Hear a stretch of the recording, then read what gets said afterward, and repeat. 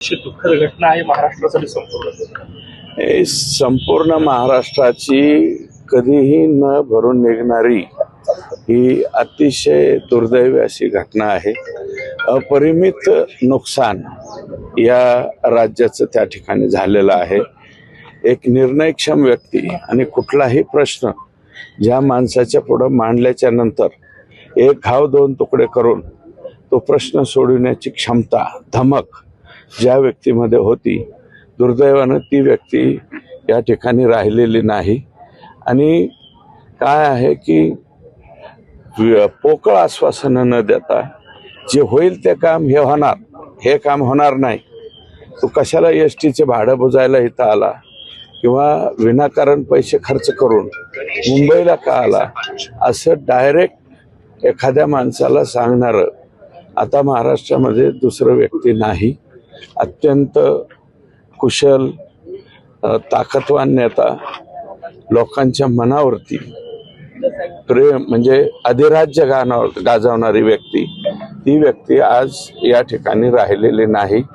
हे अतिशय दुर्दैवी आहे, परंतु कटू असलं तरी आता हे सत्य आहे। अण्णा, तुम्ही अनेक वर्ष त्यांच्यासोबत काम केलं, काय आठवण आहे त्यांची? आम्ही अनेक वर्ष काम त्यांच्याबरोबर केलं, त्याच्यात आमच्या भागाचा सुद्धा बऱ्यापैकी फायदा आम्ही त्यांच्याकडनं करून घेतला।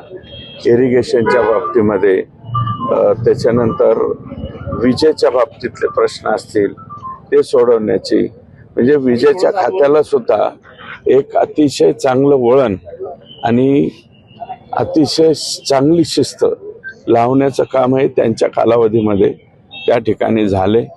माझ्या इथली जी सीना मेहकरी योजना आहे, ती योजना मराठवाड्याच्या मंत्रिमंडळाच्या बैठकीमध्ये ठेवून मंजूर करून घेऊन ती करून देण्याचं काम केलं।